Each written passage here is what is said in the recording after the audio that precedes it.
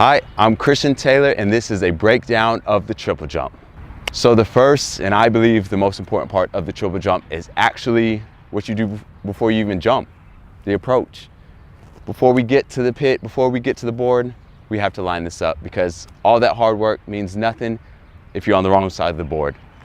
So we start with the run up. So I always get the question about how do I avoid fouling? It's all about consistency and repetition. Dialing in your rhythm, dialing in your groove, that what you practice at practice is the same as when you're competing. For me personally, I have 3 hard drives, then I get up and it takes off from there. But really dialing this in, putting marks on the practice track, so when you are feeling that rhythm, when you are getting that groove, you and your coach can dial this in and the foulings come to an end. So we finally reach the board. This is where the magic happens. You don't want to be on the other side of the plasticine. You don't want to see that red flag. We just talked about dialing in the approach. So we get to the board, body positioning is key, running off the board is key. Even at the top level, it's something my coach and I are still trying to get on top of. The best jumps of my life have been the ones where I wasn't even thinking about the board. I was just running as hard as possible, accelerating through and just keeping that speed. So the last few steps, as you're getting into the board, it's really about, how can I run through it, not run to it. Keeping that sprint, keeping the sprint mechanics dialed in, keeping the posture dialed in, keeping the hips up, body position as straight as possible. So when you do hit that board, you're off and on as quick as possible, and we're flying to the pit. So we've gotten through the board. We are now officially in the hop phase. You want to be active, you want to be aggressive, but on the other side, you also want to be patient. Ideally, you would like to be 6 meters, 6 meters, 6 meters for men, getting to that magical 18-meter jump.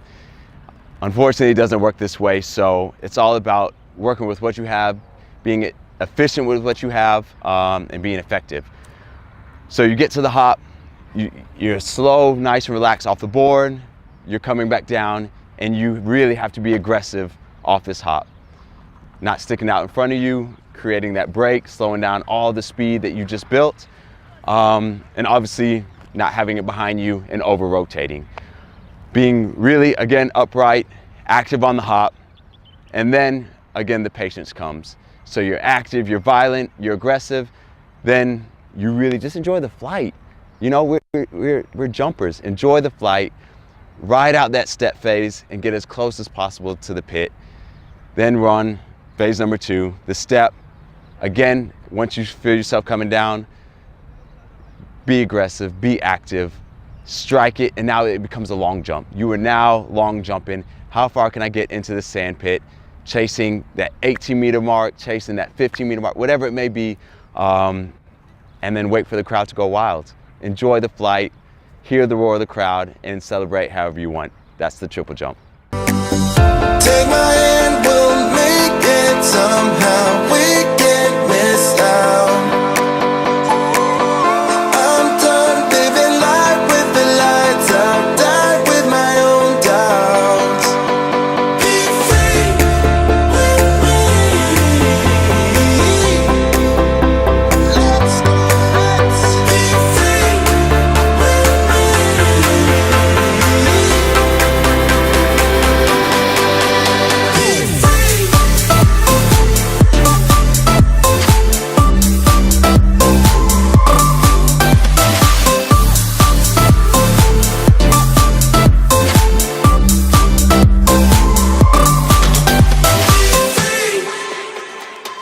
Not looking back, eyes on the freeway, Bonnie and Clyde, a classic cliche. We're on the run, this is what we waited for.